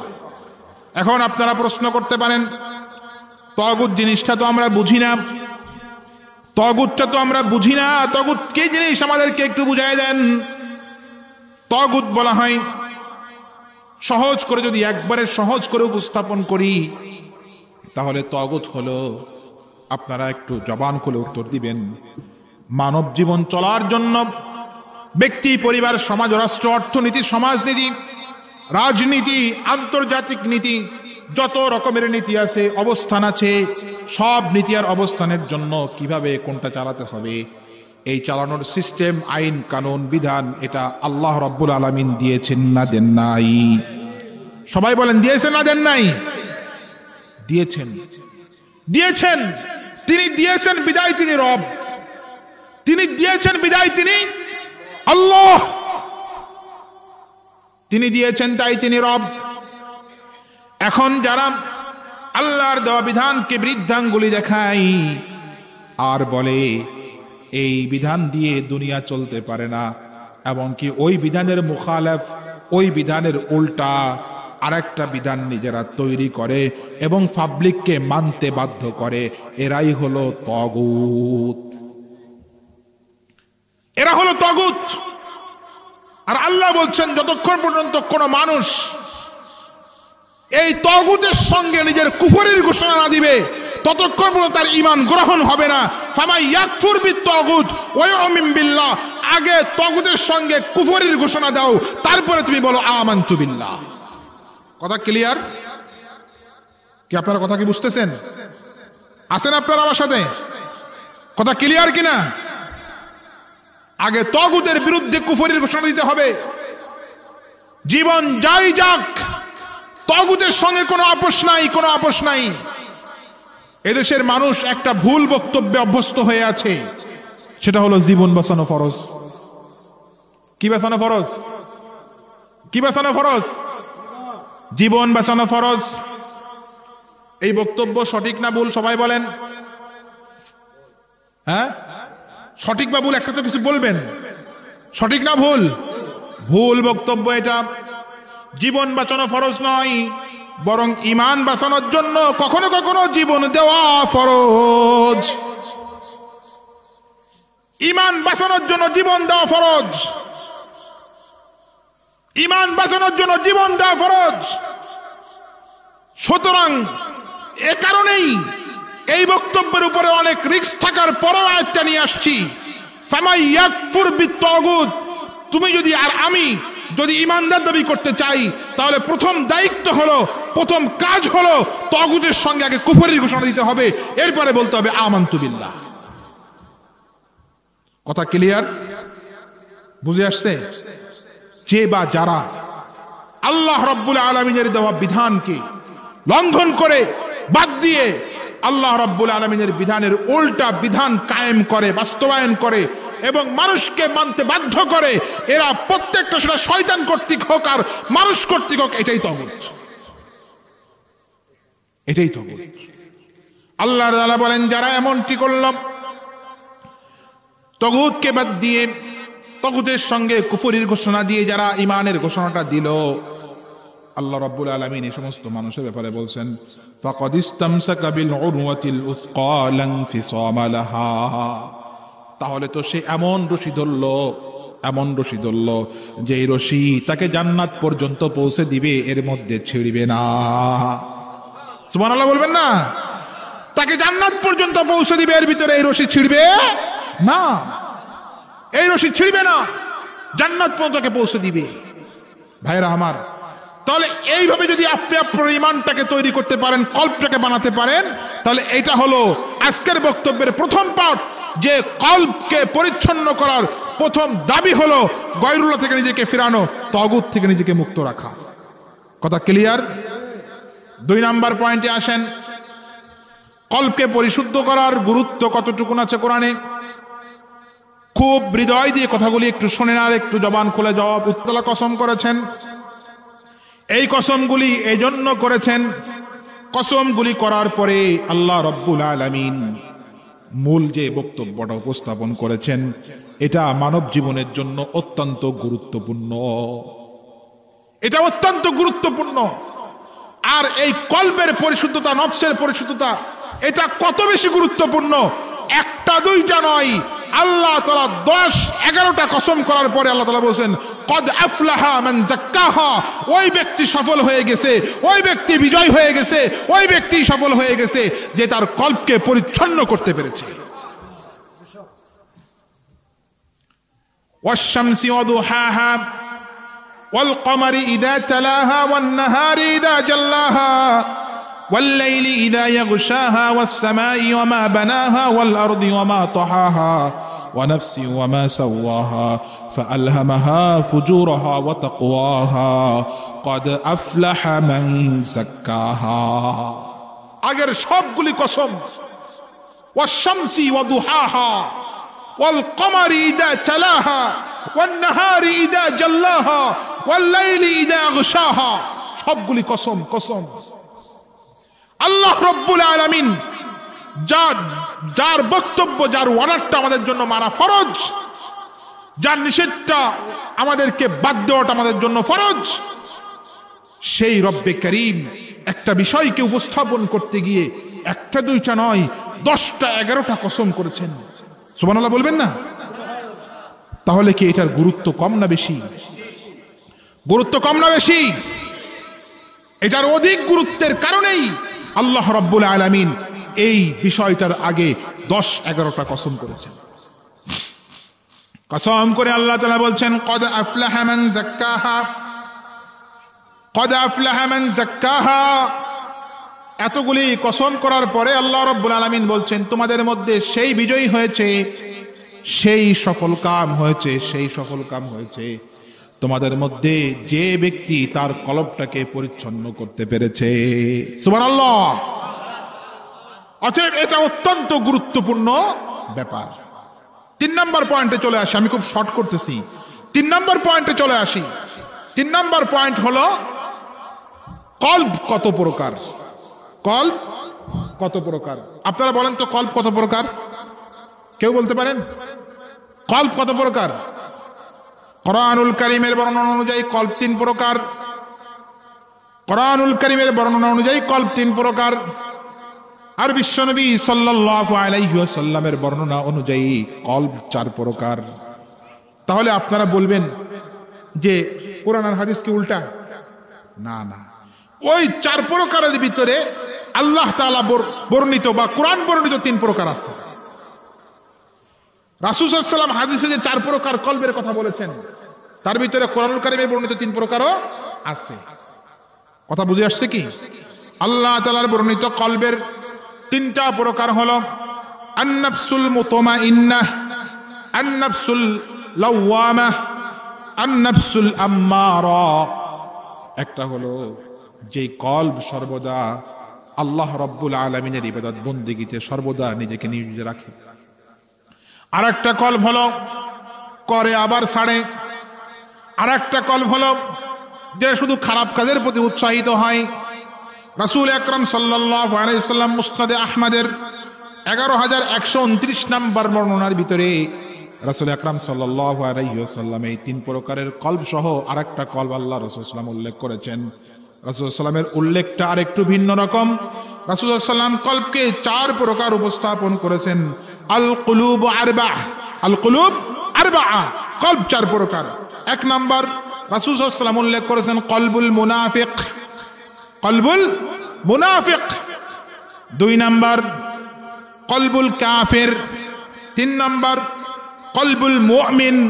4 নাম্বার কলবুন ফিহি নিফাকুন ওয়া ঈমান। সুবহানাল্লাহ। রাসূল সাল্লাম বলছেন যে কলব হলো 4 প্রকার। আল কুলুব আরবা, কলব 4 প্রকার। কয় প্রকার? 4 প্রকার। 1 নাম্বার কলব হচ্ছে কাফেরের কলব। 1 নাম্বার কলব হচ্ছে মুনাফিকের কলব। 1 নাম্বার কলব কার কলব? মুনাফিকের কলব। 2 নাম্বার কলব হলো কাফিরের কলব। 3 নাম্বার কলব হলো মুমিনের কলব। 4 নাম্বার কলব হলো যে কলবের ভিতরে নিফাকও আছে আবার ঈমানও আছে। নিফাকও আছে, ঈমানও আছে। কলবুল মুনাফিককে হাদিসের ভাষায় আবার বলা হয়েছে কলবুল মারিদ। আপনারা বিরক্ত হচ্ছেন না তো? এগুলি দরকার কি না বলেন? হ্যাঁ, গতানুগতিক তো কানে আঙ্গুল দিয়ে সুর মেরে দিলে আপনারা খুব সন্তুষ্ট হয়ে যান। ওটা তো কোনো কাজের কথা না, এগুলো জীবনের জন্য প্রয়োজনীয় কথা বাবা, এগুলো জীবনের জন্য প্রয়োজনীয় কথা। সুতরাং সময় যখন দিচ্ছেন তখন প্রয়োজনের মধ্যেই যাওয়া উচিত। ঠিক কিনা বলেন? কলবুল মুনাফিক, কলবুল মুনাফিকের আরেকটা সমর্থবোধক বা কলবুল মুনাফিক বলতে যেটাকে বোঝায় সেটা হলো কলবুল মারিদ। কলবুল মারিদ, রোগাগ্রস্ত কলব, রোগাগ্রস্ত কলব। যেই কলবের ভিতরে রোগ আছে, কি আছে? রোগ আছে, ব্যাধি আছে, ব্যাধি আছে। মুনাফিকের কলব এটা রোগাগ্রস্ত, ব্যাধিতে আক্রান্ত কলব। আল্লাহ রাব্বুল আলামিন এই কলবের ব্যাপারে বলেছেন ফি কুলুবিহিম মারাদুন ফাযাদাহুমুল্লাহু মারাদা। সাবধান সাবধান সাবধান, আল্লাহর বক্তব্যটা কিন্তু এখানে ভয়াবহ। ফি কুলুবিহিম মারাদ, ওরা ওদের কলবের ভিতরে রোগ, কলবের ভিতরে ওরা ব্যাধিকে স্থান দিয়েছে। ফাযাদাহুমুল্লাহু মারাদা, আল্লাহ কলব দিয়েছিলেন একে সালিম রাখার জন্য। তুমি কেন তোমার কলবের ভিতরে রোগের জায়গা দিলে? সুতরাং আল্লাহ রোগ বাড়াই দিয়েছেন। তুমি যখন রোগ চাও, দিলাম রোগ বাড়াই। এদের নমুনা কি? কলবুল মারিদ বা কলবুল মুনাফিকদের দৃষ্টান্ত কি? আমি কেমনে চিনবো যে এই লোক মুনাফিক? হ্যাঁ হ্যাঁ, যে কাউকে দেখে আপনি মুনাফিক সাব্যস্ত করে দিবেন না। এমনকি বিশ্বনবী সাল্লাল্লাহু আলাইহি ওয়াসাল্লাম নিজেও কখনো কোন মুনাফিককে দেখে এরকম বলে দেন না এটা মুনাফিক, এটা মুনাফিক, এটা রাসূল সাল্লাল্লাহু আলাইহি ওয়াসাল্লাম বলে দেন নাই। হ্যাঁ, আল্লাহ প্রকাশ করে দিয়েছেন। কে প্রকাশ করেছেন? আওয়াজ করে বলেন না, কে প্রকাশ করেছেন? আল্লাহ প্রকাশ করেছেন। আল্লাহু ইয়াশহাদু ইন্নাল মুনাফিকিনা লাকাযিবুন। আল্লাহ সাক্ষ্য দিচ্ছেন নিশ্চয়ই মুনাফিকরা হলো মিথ্যুক। মুনাফিকরা কি? মিথ্যুক। কেমন মিথ্যুকেরা? কোরআনুল কারীমে সূরা আল বাকারা একবারে প্রথম দিকে কোরআনুল কারীমের 2 নম্বর সূরার 8 নম্বর 9 নম্বর আয়াতগুলি একটু সুন্দর করে পড়েন। দেখেন আল্লাহ তাআলা কত সুন্দর উপস্থাপন করেছেন। ওয়া মিনান নাসি মান ইয়াকুলু আমান্না বিল্লাহি ওয়া বিল ইয়াউমিল আখির ওয়া মা হুম বিমুমিনিন। ওয়া মিনান নাসি মান ইয়াকুলু আমান্না বিল্লাহ। মানব সমাজের ভিতরে এমন কিছু লোক আছে, এমন কিছু মানুষ আছে যারা বলে আমরা ঈমান আনছি, আমরা ঈমান আনছি, আমরা ঈমান আনছি। আল্লাহ বলেন না না না, ওমা হুম বিমুমিনিন। ওরা ঈমানদার নয়, ওরা ঈমানদার নয়, ওরা ঈমানদার নয়, ওরা ঈমানদার নয়। وَإِذَا لَقُوا الَّذِينَ آمَنُوا قَالُوا آمَنَّا। ওদের অবস্থা হচ্ছে এমন, যখন ওরা ওয়াজের প্যান্ডেলে আসে, ওয়াজের মঞ্চে আসে, তখন তারা মুমিন মুসলমানদেরকে দেখে বলে আমি ইসলামের জন্য এটা করে দিছি, সেটা করে দিছি, আমি তোমাদের পক্ষের লোক, আমি তোমাদের সঙ্গে আছি, আমি কোরআনের সাথে আছি, আমি হাদিসের সঙ্গে আছি। বলে কি বলে না? বলে কি বলে না? বলেন। বলে আমি এটা করছি ইসলামের জন্য, সেটা করছি। وَإِذَا لَقُوا الَّذِينَ آمَنُوا, যখন ওদের সঙ্গে মুমিনদের সঙ্গে যখন সাক্ষাৎ হয় তখন তারা বলে আমান্না, আমরা ঈমান আনছি। وَإِذَا خَلَوْا إِلَى شَيَاطِينِهِمْ قَالُوا إِنَّا مَعَكُمْ قَالُوا إِنَّا مَعَكُمْ। আবার যখন শয়তানদের সঙ্গে মিলিত হয়, কাফিরদের সঙ্গে যখন মিলিত হয়, তাগুতের সঙ্গে যখন মিলিত হয়, তখন তারা বলে তোমরা কোনো চিন্তা করো না, ওই যে ওদের সামনে বলেছিলাম যে আমি ঈমান আনছি, তোমাদের পক্ষে আছি, কোরআনের পক্ষে আছি, ইসলামের পক্ষে আছি, এটা আমার মুখের কথা, ভিতরের কথা না। ভিতরের কথা হচ্ছে ইন্না মাআকুম, নিশ্চয়ই আমি তোমাদের সঙ্গে আছি, আমি তোমাদের। কষ্ট হচ্ছে আপনাদের? কষ্ট হচ্ছে নাকি? এগুলো মুনাফিকের চরিত্র আল্লাহ তুলে ধরেছেন কোরআনে। আল্লাহ তাআলা নিজে কোরআনে এই সমস্ত মুনাফিকদের চরিত্র তুলে ধরেছেন। ওয়াইদা খালাউ ইলা শায়াতিনহিম ক্বালু ইন্না মাআকুম। যখন তারা শয়তানদের দলপতিদের সঙ্গে মিলিত হয়, ইসলাম বিদ্বেষীদের মজলিসে যখন যায়, যখন ইসলাম বিদ্বেষী নেতাদের সঙ্গে যখন মিলে যায়, তখন তারা বলে আমরা নিশ্চয়ই তোমাদের সঙ্গে আছি। নাম আব্দুল্লাহ, তাতে কি হয়েছে? নাম আব্দুর রহমান, তাতে কি হয়েছে? নাম আব্দুল খালেক, তাতে কি হয়েছে? কোনো চিন্তা করো না, আমাদেরকে নিয়ে কোনো ভাবনা ভেবো না, আমরা তোমাদের সঙ্গে আছি দাদা, তোমাদের সঙ্গে আছি। ঠিক কিনা বলেন? এগুলো হচ্ছে মুনাফিক। এগুলো কি? এগুলো মুনাফিক, এগুলো মুনাফিক, এগুলো মুনাফিক। কোরআনে আরো কথা আছে এদেরকে নিয়ে, আজকে আর সুযোগ নেই। রাসূল সাল্লাল্লাহু আলাইহি ওয়াসাল্লাম বলেছেন আয়াতুল মুনাফিকি সালাস, মুনাফিকের আলামত হলো কয়টা? সবাই বলেন মুনাফিকের আলামত কয়টা? তিনটা। তিনটা। قال رسول عن ابي هريره رضي الله تعالى عن النبي صلى الله عليه وسلم قال رئيس المحدثين ابو هريره رضي الله تعالى عنه থেকে বর্ণিত, তিনি বলেন রাসূল আকরাম সাল্লাল্লাহু আলাইহি ওয়াসাল্লাম বলেছেন আয়াতুল মুনাফিক সালাসুন, মুনাফিকের আলামত হলো তিনটা। মুনাফিকের আলামত কয়টা? সবাই বলেন মুনাফিকের আলামত কয়টা? এবার আপনি মিলান, এই মুনাফিকগুলো আমাদের মধ্যে আছে না নাই? জীবনে তো বহুত ওয়াজ শুনলেন, আর বহুত ওয়াজ শুনে চোখের পানিও ফেললেন, কখনো হাসলেন, কারণ হুজুর বড্ড হাসাতে পারে আর কান্নাতে পারে। হেসে হেসে আবার সর্বশেষ মনে হয় যে কান্না করে বাসায় চলে গেলেন। নিজেকে একটু আল্লাহর কোরআনের সঙ্গে মিলায় নেন, রাসূলের হাদিসের সঙ্গে মিলায় নেন। আপনি মুমিন আছেন নাকি মুনাফিক হয়ে গেছেন? বিশ্বনবী সাল্লাল্লাহু আলাইহি ওয়াসাল্লাম বলেন আয়াতুল মুনাফিকি সালাসুন, মুনাফিকের আয়াত বা আলামত হলো তিনটা। কয়টা? তিনটা। ইদা হাদ্দাসা ফাকাযাবা, যখন তারা কথা বলে তখন তারা মিথ্যা বলে, মিথ্যা বলে, মিথ্যা বলে। আরে আজকে আমাদের সমাজ তো এমন, একবারে একবারে একবারে লয়ার লেভেল থেকে শুরু করে নিয়ে সর্বোচ্চ ব্যক্তি পর্যন্ত সব মিথ্যা কথা বলে। ঠিক কিনা বলেন? সব মিথ্যা কথা বলে, জনগণের চোখের সামনে জনগণের চোখে ধুলা দিয়ে মিথ্যা কথা বলে। ঠিক কিনা? একবারে লয়ার লেভেল থেকে, একবারে লয়ার লেভেল থেকে শুরু করে নিয়ে একটা দৃষ্টান্ত পেশ করলে আপনি সহজে বুঝতে পারবেন। মনে করেন এখানে কি বলে Hossain market, Hossain market, Hossain market থেকে রিক্সায় উঠছেন, আপনি এখানে আসবেন শিরঘাটা, ভাড়া কত? 50 টাকা বা 100 টাকা, ধরেন 100 টাকা ভাড়া। আপনি জানেন না, এখানে নামার পরে যখন তাকে জিজ্ঞেস করবেন ভাই ভাড়া কত, বলবে 150 টাকা। এটা কি আমি বানাই বললাম না বাস্তবতা? কথা বলেন না, বাস্তবতা কি না?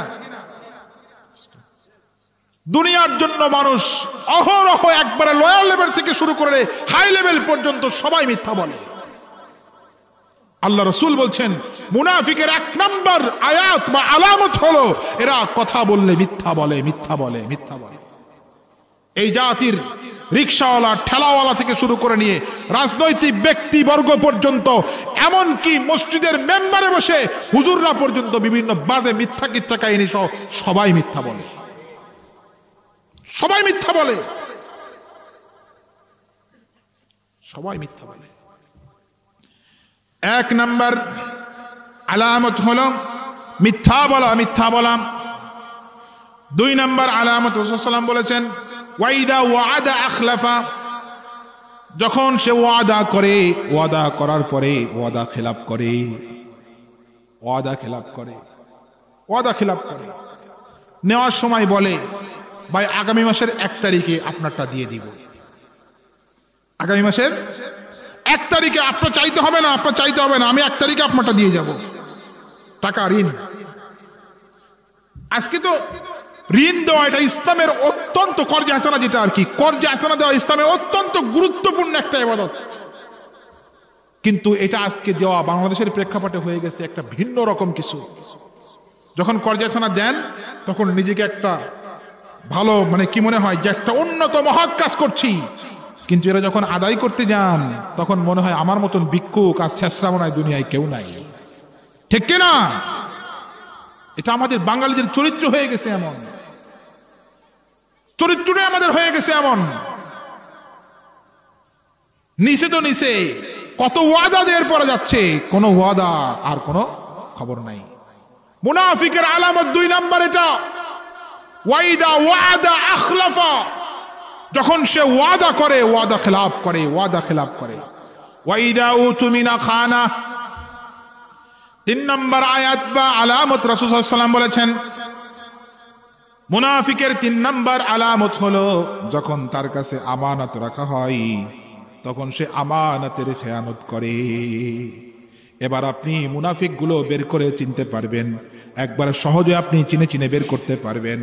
বলেন তো বাংলাদেশে আমরা যাদের কাছে আমানত রাখি, ব্যাংক, এই ব্যাংকের মালিকরা এখন আর বাংলাদেশে বাড়ি বানায় না, এরা এখন বাড়ি বানায় সিঙ্গাপুর, এরা বেগম পাড়া তৈরি করে, ঠিক কিনা বলেন? ব্যাংকগুলোকে মেরে দিয়ে সব বেগম পাড়া বাড়ি বানায়। কি ভাই? আমানতের খেয়ানত, আমানতের খেয়ানত। আপনারা যারা পত্র পত্রিকা পড়েন, অন্তত যারা ফেসবুক চালান, সোশ্যাল মিডিয়ায় যারা আছেন, তারা দেখতে পাচ্ছেন ব্যাংকগুলোকে দেউলিয়া করে ফেলতেছে। অথচ এগুলো সবগুলো কিন্তু কোনো কাফিরের বাচ্চা না, এরা প্রত্যেকটা দেখেন একটা ব্যাংকের মালিক বা বড় বড় ধনীরা সব মুসলমানের বাচ্চা। মুনাফিকের 3 নাম্বার আলামত হলো যখন এদের কাছে কোনো আমানত রাখা হয় তখন তারা আমানতের খেয়ানত করে, আমানতের খেয়ানত করে। রাসূল আকরাম সাল্লাল্লাহু আলাইহি সাল্লাম আরেকটা হাদিসের ভিতরে আরেকটা সিফাত বলেছেন, মন্দ সিফাত, আরেকটা আলামত আল্লাহ রাসূল সাল্লাল্লাহু আলাইহি ওয়াসাল্লাম বলেছেন, ওয়াইদা খাসামা ফাজারা, যখন তারা বাক্যালাপ করে, কথাবার্তা বলে, ঝগড়া করে, ঝগড়ার ভিতরে তারা গালিগালাজ বেশি করে। এটা মুনাফিকদের স্বভাব, গালিগালাজ বেশি করা। প্রিয় মা আর বোন, এই স্বভাবটা আপনাদের একটু বেশি। আপনাদেরকে আমি সর্বোচ্চ সম্মান রেখে বলছি, আপনাদের উপরে কথা বললে, ঝগড়া করলে, প্রতিবেশীর সাথে ঝগড়া করলে বেফাস কথাবার্তা, গালিগালাজ করা, মন্দ কথাবার্তা বলা, রাসূল সাল্লাল্লাহু আলাইহি ওয়াসাল্লাম বলেছেন যে এটা মুনাফিক হওয়ার জন্য একটা নিদর্শন। একজন মানুষ মুনাফিক হওয়ার জন্য একটা নিদর্শন। অতএব মুনাফিক যারা মুনাফিক, তারা এই 4টা বৈশিষ্ট্যদের ভিতরে পাওয়া যায়। কথা বললে মিথ্যা বলে, ওয়াদা করলে খেলাফ করে, আমানত রাখলে খেয়ানত করে, আর ঝগড়া লাগলে গালিগালাজ করে, বেফাস কথাবার্তা বলে। ভাইরা আমার, আল্লাহ রাব্বুল আলামিন এই মুনাফিকদের ব্যাপারে, মুনাফিকদের শাস্তির ব্যাপারে যে ভয়াবহতা কোরআনুল কারীমের ভিতরে আল্লাহ তাআলা তুলে ধরেছেন, মুনাফিকদের যে ভয়াবহতা আল্লাহ তাআলা তুলে ধরেছেন কোরআনুল কারীমে, কাফিরদের ব্যাপারে এত ভয়াবহতা আল্লাহ তাআলা কোরআনে তুলে ধরেন নাই। মুনাফিকদের শাস্তির ব্যাপারে আল্লাহ তাআলা এত কঠিন কথা বলেছেন, যেই কথা আল্লাহ তাআলা কাফিরদের শাস্তির ব্যাপারেও বলেন নাই। আল্লাহ রাব্বুল আলামিন কালামে হাকিমে সূরাতুন নিসা 4 নম্বর সূরার 145 নম্বর আয়াতে আল্লাহ উল্লেখ করেছেন, বাশশিরিল মুনাফিকিনা বিআন্না লাহুম আযাবান আলীমা। এটা কোরআনুল কারীমের সূরা আন-নিসা 13 নম্বর আয়াত। বাশশিরিল মুনাফিকিনা বিআন্না লাহুম আযাবান আলীমা। হে রাসূল, আপনি মুনাফিকদেরকে সুসংবাদ দিন, তাদের জন্য যন্ত্রণাদায়ক শাস্তির ব্যবস্থা করা হয়েছে। আপনারা বলবেন, শাস্তির আবার সুসংবাদ হয় নাকি? হ্যাঁ, এটা একটু টিটকারি করে বলা হয়েছে। সন্তান যখন কোনো বড় অপরাধ করে, যেই অপরাধের শাস্তি মা দিতে চায় না, যে না এই অপরাধের শাস্তি তার বাবাকে দিয়ে দেওয়াতে হবে, তখন মা সন্তানকে বলে, আজকে তোমার বাবা বাড়িতে আসুক, তোমার মজা বুঝাবো। কি বুঝাবো? কথা বলেন না, কি বুঝাবো? কি মজা বুঝাবে? কি দিয়ে বুঝাবে? ব্যাট দিয়ে বুঝাবে, কিন্তু বলছে কি মজা বুঝাবো।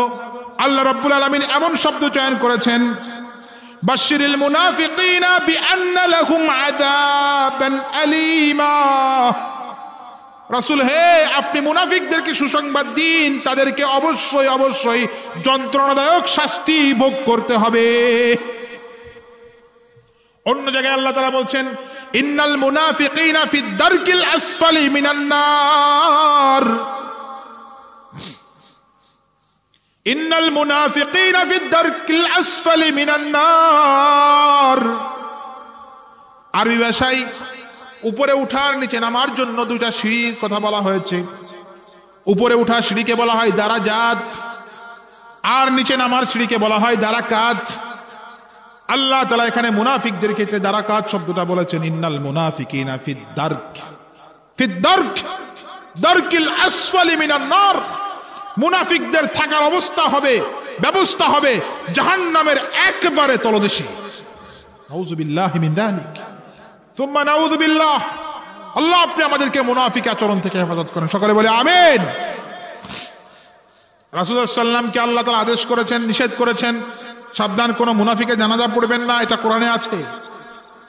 এটা কি? ওয়ালা তুসাল্লি আলা আহাদিম মিনহুম মাতা আবাদা। সাবধান, যারা মুনাফিকি করেছে আল্লাহদেরকে মুনাফিক হিসেবে চিহ্নিত করে দিয়েছেন। এই সমস্ত চিহ্নিত মুনাফিকরা মৃত্যুবরণ করলে তাদের নাম যাই হোক, আব্দুল্লাহ আব্দুর রহমান হোক, সাবধান, এদের জানাজায় আপনি অংশগ্রহণ করবেন না। সুতরাং আমাদের জন্য দার্স ক্লিয়ার, আমাদের জন্য এখান থেকে শিক্ষা ক্লিয়ার। যারা তাদের বক্তব্যে, তাদের কাজের মাধ্যমে মুসলমানদের সঙ্গে, আল্লাহর সঙ্গে, কোরআনের সঙ্গে মুনাফিকি করেছে, এরা মৃত্যুবরণ করার পরে আমরা এদের জানাজায় অংশগ্রহণ করব না। রাজি আছেন তো আপনারা নাকি?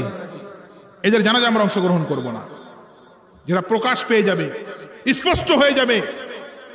স্পষ্ট হয়ে যাওয়ার পরে আমরা এই সমস্ত মুনাফিকদের জানাজায় অংশগ্রহণ করব না। এটা আল্লাহ নিষেধ করেছেন তার রাসূলকে। ওয়ালা তুসাল্লি আলা আহাদিম মিনহুম মাতা আবাদা। সাবধান রাসূল, সাবধান। সূরা তাওবা 84 নম্বর আয়াত।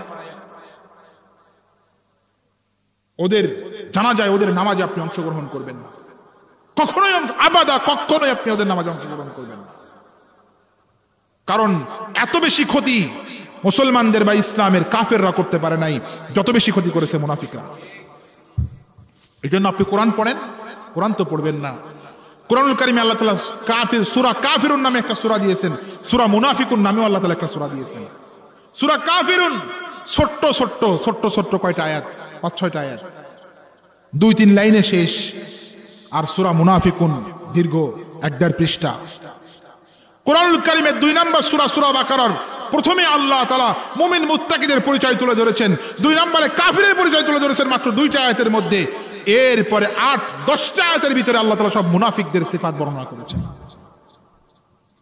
কারণ ইসলামের এত বেশি ক্ষতি কাফিররা কখনো করতে পারে নাই যত বেশি ক্ষতি করেছে মুনাফিকরা যুগে যুগে।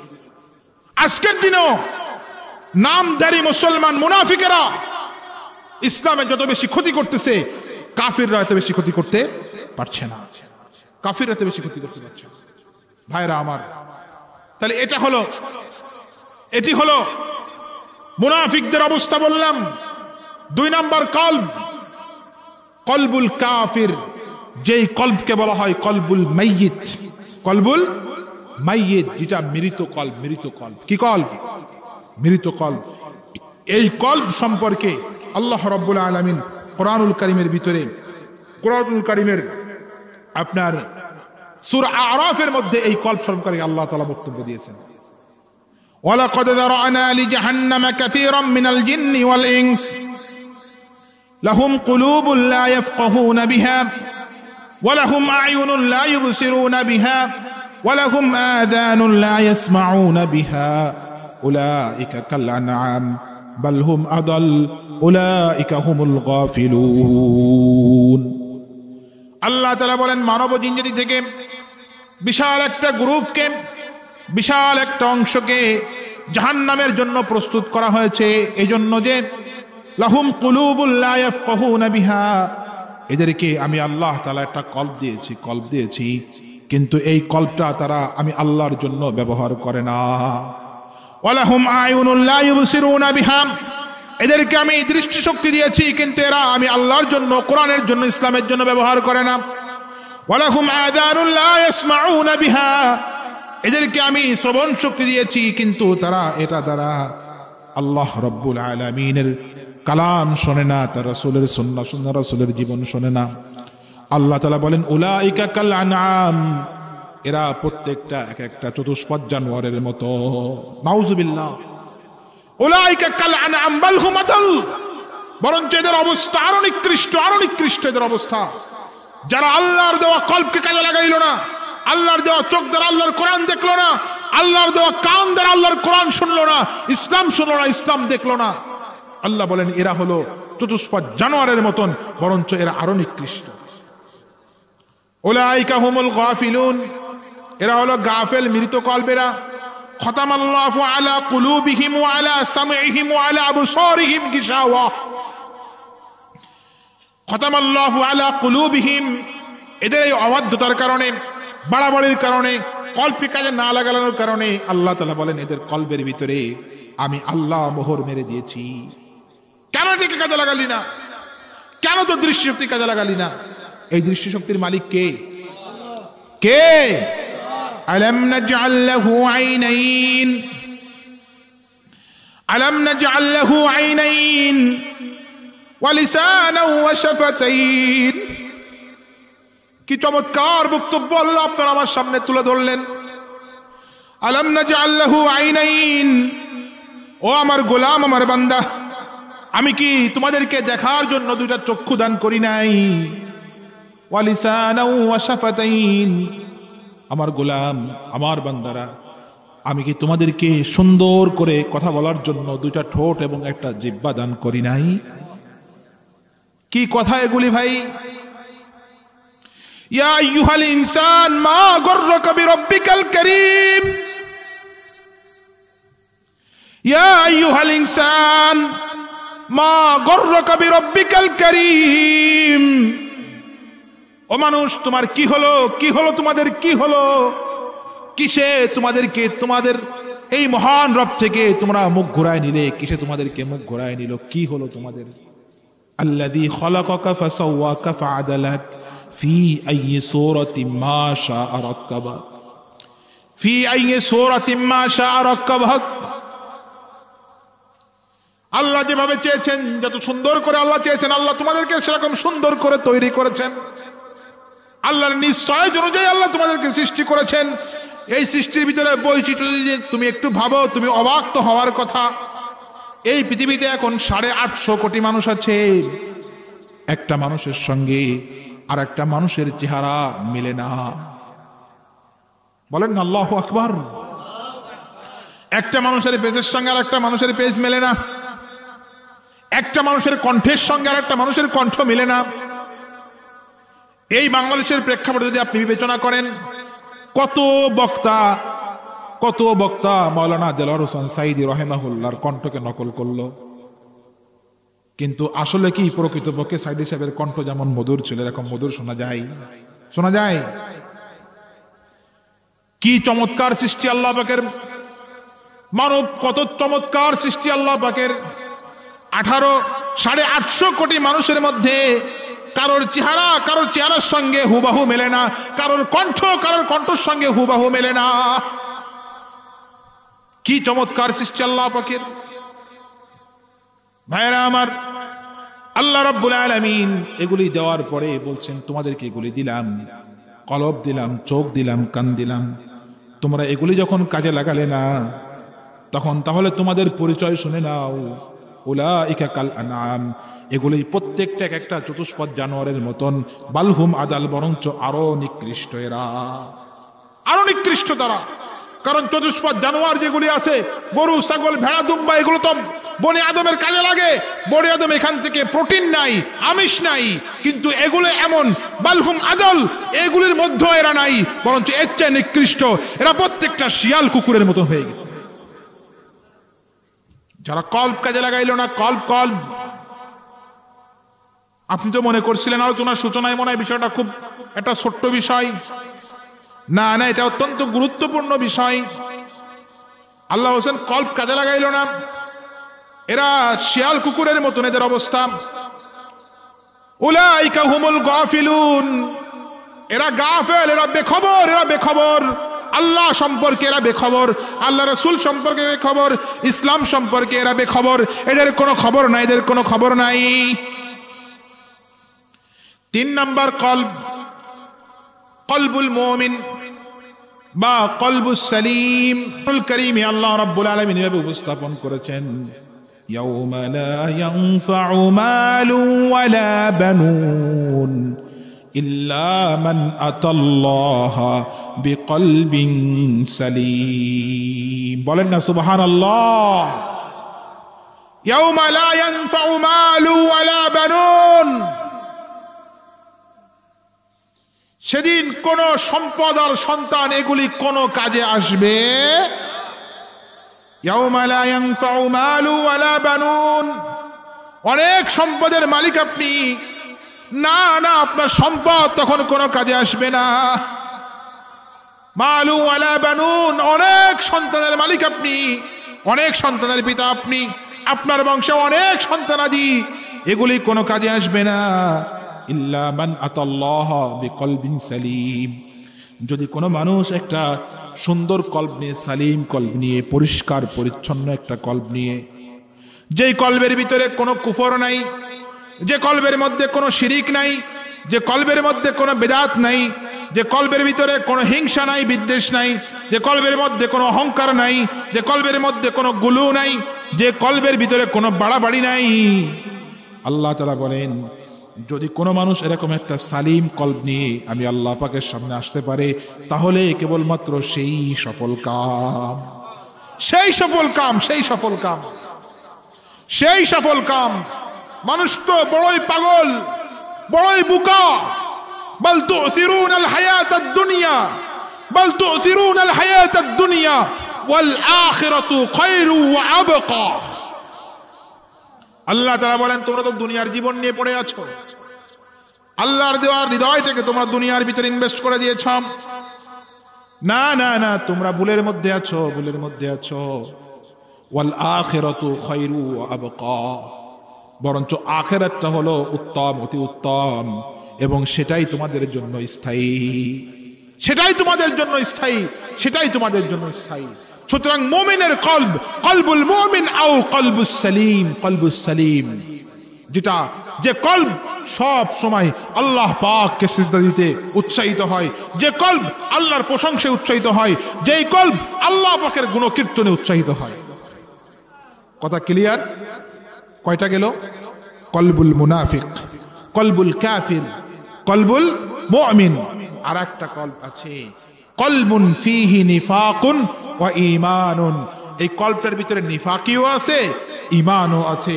অর্থাৎ যখন সে ঈমানদারদের মজলিসে আসে তার ঈমানটা জাগ্রত হয়ে যায়, জাগ্রত হয়ে যায়। আবার যখন মুমিনদের মজলিস থেকে দূরে চলে যায় তখন সে আবার একটু গুনাহও করে ফেলে, কিন্তু গুনাহ করার পরে আবার আফসোসও করে, কেন করলাম, কেন করলাম এমনটি, কেন করলাম, কেন করলাম?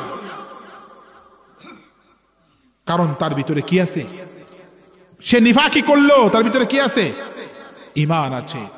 এই চার প্রকার কলব আল্লাহ রাসূল সাল্লাল্লাহু আলাইহি ওয়াসাল্লাম বয়ান করেছেন। ভাইরা আমার, কলবের রোগগুলা কি? এক নাম্বার শিরক, কুফর, বেদআত, এরপরে আপনার হিংসা, অহংকার, অহংকার, অহংকার। অহংকার তো কলবের একটা বড় রোগ। তুমি কেন অহংকার করো? অল্প কয়েক মিনিটের ভিতরে আমরা শেষ করতে যাচ্ছি। তুমি কেন অহংকার করো? ও অহংকার এজন্য করো তোমার খুব দামি গাড়ি আছে। তুমি কেন অহংকার করো? তোমার সুন্দর বাড়ি আছে। তুমি কেন অহংকার করো? তোমার অনেক বড় ব্যাংক ব্যালেন্স আছে।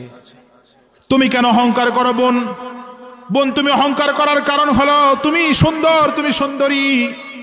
যদি তুমি এই সমস্ত কারণে অহংকার করে থাকো তাহলে তুমি কান খুলে বক্তব্যটুকু শুনে নাও। তুমি কবরস্থানে যায় দেখো, তোমার যে সুন্দর গাড়িওয়ালা কবরস্থানে শুয়ে আছে, তোমার যে সুন্দর বাড়িওয়ালা কবরস্থানে শুয়ে আছে, তোমার যে অনেক বেশি অর্থ সম্পদওয়ালা কবরস্থানে শুয়ে আছে, তোমার যে অনেক বেশি সুন্দরী সে কবরস্থানের ভিতরে শুয়ে আছে, আর এই মাটি সবগুলিকে খাইয়ে একবারে বেনিশ করে দিয়েছে। না না না, তুমি অহংকার করতে পারো না।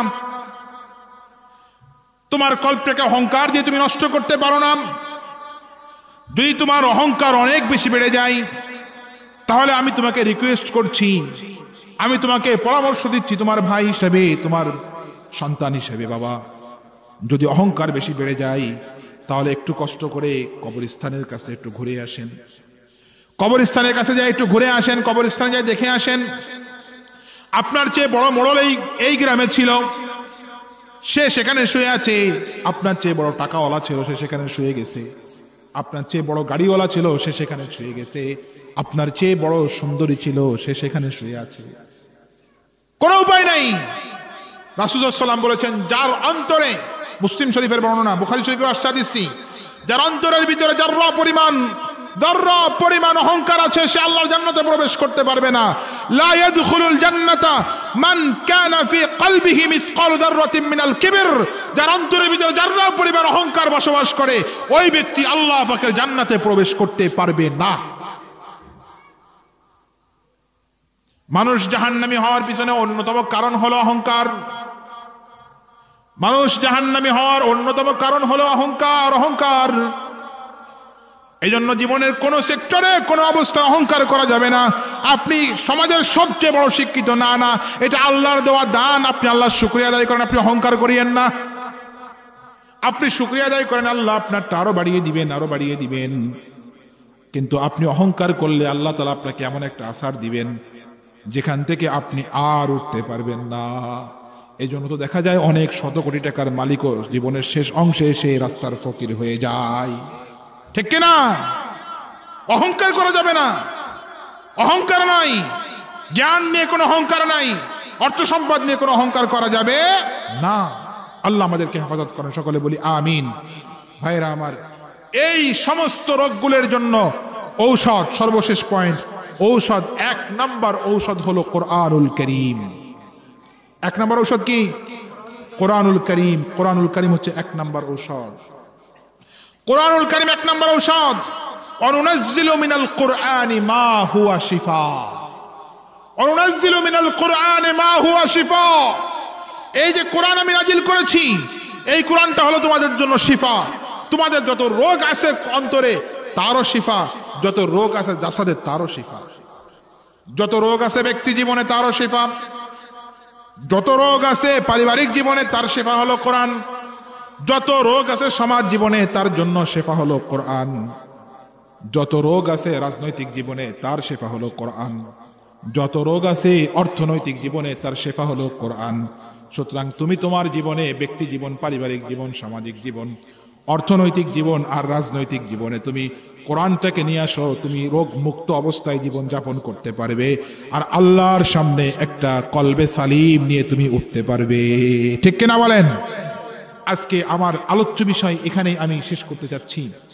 ভাইরা আমার, আজকে আমরা আমাদের আলোচ্য বিষয়ে আমরা যতটুকুন জানলাম, প্রথম জানলাম কি কোরআনের শ্রোতা হয় 3 রকমের। কয় রকমের? 3 রকমের। এরপর আমাদের আজকে মূল আলোচ্য বিষয় যেটা ছিল সেটা হচ্ছে, সামারি বলছি আমি এখন, মূল আলোচ্য বিষয় যেটা ছিল সেটা হচ্ছে কলবের পরিশুদ্ধতা। ব্যাপক আলোচনাকে আমি মাত্র অল্প কয়েক মিনিটের ভিতরে উপস্থাপন করার চেষ্টা করেছি। সেটা হলো 1 নাম্বার পয়েন্ট, কল পরিচ্ছন্নতা বলতে কি বুঝি আমরা, আল্লাহ কি বোঝাতে চেয়েছেন আমাদেরকে। 2 নাম্বার হলো এটার গুরুত্ব কত কোরআনুল কারীম বা হাদিসের ভাষায়। 3 নাম্বার হলো কলবের প্রকার কতগুলি। 4 নাম্বার হলো কলবের যে রোগগুলি, রোগ অনেকগুলি, মাত্র কয়েকটা বলেছি। অনেকগুলো গুরুত্বপূর্ণ 22 থেকে 23টা একবারে গুরুত্বপূর্ণ রোগ আছে যে রোগের কারণে মানুষ জাহান্নামী হবে। আজকে বলার আর সুযোগ নাই, পরবর্তীতে কখনো সুযোগ হলে আবার বলবো ইনশাআল্লাহ। আর এরপরে উপস্থাপন করেছি এই রোগগুলি থেকে বাঁচার উপায় কি। বাঁচার একটা উপায় হলো কোরআন, একটা উপায় হলো সাদিকিনদের সঙ্গী হওয়া। সাদিকিনদের সঙ্গী হওয়া, সাদিকিন কারা, যদি এটা এক কথাই বলি তাহলে যারা আল্লাহর দুনিয়ায় আল্লাহ পাকের রাজ কায়েম করতে চাই, এরাই হচ্ছে পৃথিবীতে 1 নাম্বার সাদিকিন, এদের সঙ্গী হওয়া। 3 নাম্বার, আলা বিযিকরিল্লাহি তাতমাইন্নুল কুলুব, আল্লাহ পাকের জিকির, আল্লাহ পাকের জিকির, সুবহানাল্লাহ, আলহামদুলিল্লাহ, লা ইলাহা ইল্লাল্লাহ, আল্লাহু আকবার, এটা হলো আপনার এই সমস্ত রোগের কি ঔষধ। আল্লাহ তাআলা আমাদেরকে আমল করার তৌফিক দান করেন।